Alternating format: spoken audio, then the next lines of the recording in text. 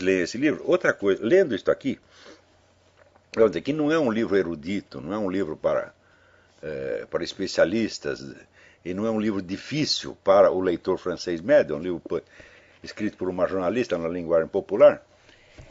Né? Eu li e comecei a traduzir mentalmente. Aliás, eu sempre faço isso. Todo mundo diz, não, você quando está aprendendo a língua estrangeira, você tem que pensar na língua estrangeira. Eu falo, olha, eu estou com 65 anos, eu nunca consegui pensar numa língua estrangeira, a não ser quando eu estou conversando. Agora, quando eu estou lendo, eu faço exatamente o contrário.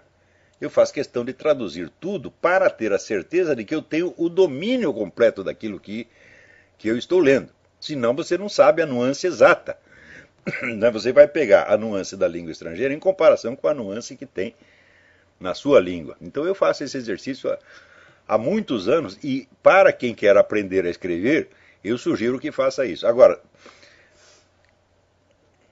chega um ponto em que você vê o seguinte, é mais fácil hoje em dia você traduzir William Shakespeare para o português do que você traduzir um livro de jornalismo publicado na França ou nos Estados Unidos, particularmente na França. Porque a educação da elite pensando no Brasil sempre foi feita em francês. Inclusive, eu devo à língua francesa 80% do que eu sei. Tá certo? Língua francesa em primeiro lugar, e em segundo lugar a língua espanhola, em terceiro a língua italiana e só em quarto a língua inglesa. Né? Porém, a formação em francês tinha a seguinte vantagem. Os esquemas semânticos do francês, semânticos, sintáticos, eles são mais fáceis de transpor ao português do que os do inglês. Então a literatura francesa foi o que ensinou todo mundo a escrever. Machado de Assis aprendeu com o francês, Graciliano Ramos aprendeu com o francês, aliás fez uma tradução magnífica da Peste do Albert Camus, e assim por diante. Todo mundo foi influenciado pela língua francesa. Eu quando conheci o Herberto Salles, ele já estava com 70 e tantos anos, estava ele lá lendo Marcel Proust e tomando nota, né, para ver como é que diria isto em português. Ele pegava lá uma frase e tentava, né, criar uma impressão equivalente em português. É assim que se aprende a escrever, tá certo? Então você tem que ter os modelos e, evidentemente, você tem que partir do modelo de uma literatura que seja mais rica do que a sua, tá certo? Não tem jeito de você aprender a escrever lendo só em português. Isso é impossível, né? Mesmo porque é na comparação entre as línguas que você vai pegar a nuance correta da sua língua. O sujeito só lê numa língua, ele não entende nem essa língua. Tá certo? Existem exceções. Existe o famoso... Se você for um gênio, até com meia língua você resolve o problema. Como Lionel Trilling, o grande crítico literário americano, ele nunca leu uma palavra que não fosse em inglês. Né? E havia na França o famoso escritor Paul Léotot, que era um sujeito muito ranheta, e perguntaram se ele tinha lido a Bíblia. Ele disse, eu não leio livros que não foram escritos em francês. Mas ele fez isso por patriotada, evidentemente. Então, mas eles são gênios excepcionais. Para nós, comuns dos mortais, nós precisamos da outra língua para nós conseguirmos, aos poucos, ir pegando o peso, o valor relativo das palavras. Só que eu vejo que, por exemplo, se eu lesse um escritor brasileiro dos anos 50, por exemplo, Álvaro Lins, você lendo Álvaro Lins, você via claramente a influência da língua francesa. Quer dizer, havia vários truques, várias maneiras de montar as frases, e vários jogos de nuances que ele tinha, obviamente, adaptado do francês. Isso era visível em todos os escritores brasileiros. Acontece que a partir dos anos 70, 80, todo mundo começou só a ler inglês e não ler mais francês. E os esquemas do inglês não se adaptam ao português de jeito nenhum. Eles são muito esquisitos. Então, a hora que você lê gente que, vamos dizer, aprendeu a escrever, aprendeu a pensar em inglês, eu digo que essas pessoas nunca vão aprender a falar em português. Vão escrever cada vez pior. E outra coisa, quando você adapta o esquema do francês, ele soa natural em português, por serem línguas da mesma origem. Tá certo? Agora, o inglês se originou de uma mistura quase impossível, que você tinha então a língua local, né, o inglês antigo, que era uma língua de analfabetos, E os caras foram aprender a escrever em latim. Então usavam a gramática latina, a qual não se adaptava à sua língua. Então, você tem uma multidão de incoerências na língua inglesa, que é um negócio assim absolutamente alucinante, né? Então, até o som das palavras. Aqui tem palavras que podem soar de 5, 6, 7 maneiras diferentes, tá certo? E você nunca sabe, tá certo? E você ouve uma pessoa falando de um jeito, outra falando do outro completamente diferente, e não é questão de grau de cultura, pessoas igualmente cultas, tá certo?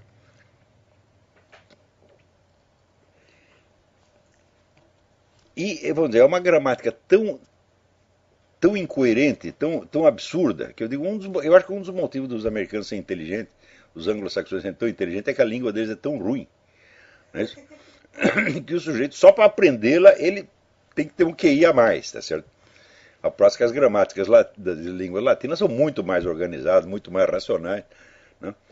Por quê? Porque essas são línguas que se desenvolveram desde a própria língua que deu o modelo da sua gramática. Agora, a gramática inglesa é uma estrutura latina colocada em cima de outro negócio completamente diferente. Então o inglês tem milhões de peculiaridades que você não consegue reproduzir em português. Em português você tem que fazer uma coisa completamente diferente. Ou seja, para você traduzir uma coisa do inglês para o português, você precisa saber muito mais português. E no francês já não é tanto assim. Tá certo?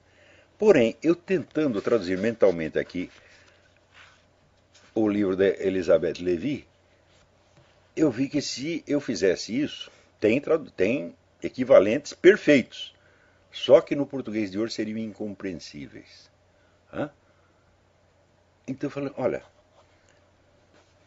quantas pessoas tem no Brasil capaz de traduzir um livro desse? Eu acho que não tem mais quase ninguém.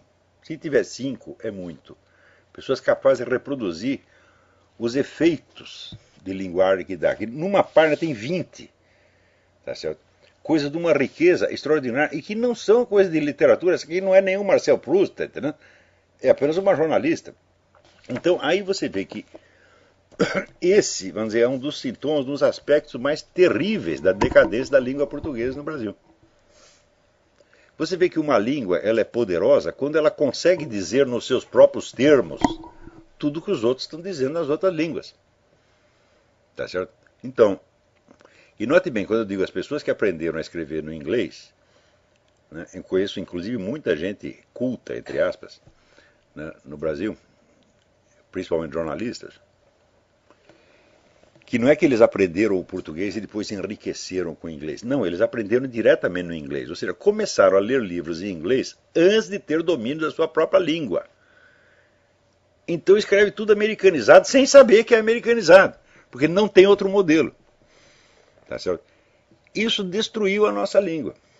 Então, minha gente, eu não sei se a língua francesa ainda se ensina nos ginásios, mas se tirar o francês do ginásio, é uma desgraça. Tá certo? O francês era a nossa escola de literatura. O inglês não pode ser, não será jamais. O modelo inglês, você pode, se você domina bem a língua portuguesa e domina pelo menos uma segunda língua latina, como o francês, ou o espanhol, ou o italiano, aí sim você pode tirar proveito do inglês. Eu aprendo muita coisa com os escritores americanos, com os jornalistas americanos, mas aqui fazendo o teste, por exemplo, eu levo nos livros da Mona Sharon, né? Os artigos da Mona Sharon. É uma jornalista também, não é nenhum William Shakespeare, né? Eu falei, isso aqui é intraduzível em português.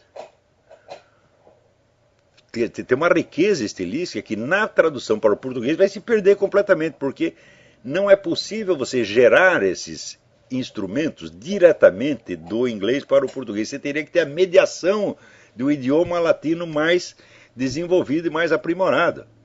Tá certo? Mesma coisa eu sentia na Romênia. O vocabulário normal de um jornalista romeno é uma coisa de uma riqueza que você não imagina. Porque, é o seguinte, os romenos leem livros, né? Na Romênia, eles viviam numa merda. Foi na Romênia que eu descobri o que era miséria. No Brasil eu nunca vi miséria. Tá certo? Na Romênia eu cheguei a ver leproso na rua, gente. E aí tem os menininhos de rua, só fala de menininho de rua do Brasil, Né? Quando fizeram a contagem, em São Paulo tinha 5 mil meninos de rua. Você tem a impressão que são milhões. Né? Quer dizer, o que é 5 mil numa cidade de 20 milhões? Ficam invisíveis. Né? Mas na Romênia não, eram hordas de meninos de rua. E no inverno eles se escondiam no esgoto porque a merda era quentinha. Mas com tudo isso, ainda é um povo culto. Então chegar um mendigo para você, ele pedia esmola em romeno. Você não entendia, ele pedia em francês. Você não entendia, ele pedia em inglês. Você não entendia, ele pedia em alemão. E se você não entendia, ele pedia em russo. Hã?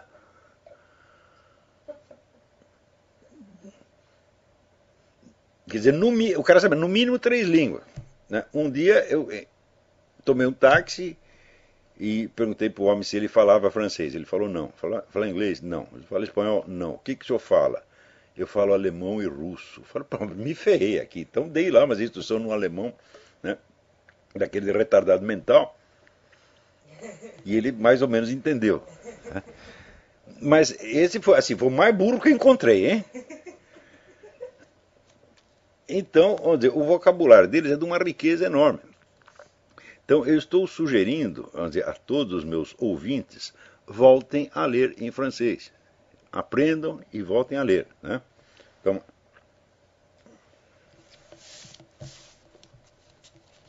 o francês foi para mim, vamos dizer, a minha língua de aprendizado desde que eu era moleque. Eu comecei a ler francês com 11 anos de idade. Tá certo? E sabia tanto francês que quando eu tentei entrar na Aliança Francesa, eu fui lá, fiz um teste e já me botaram direto no último ano. Né? Mas eu achava que saber francês era também saber produzir o som francês, quer dizer, ter a pronúncia correta na fala. Né? Reconhecer a pronúncia correta é uma coisa, e saber reproduzi-la é um problema muscular que você, depois de uma certa idade, não pega. Então, quando cheguei na França a primeira vez, eu achei que estava abafando a banca, falando francês absolutamente perfeito.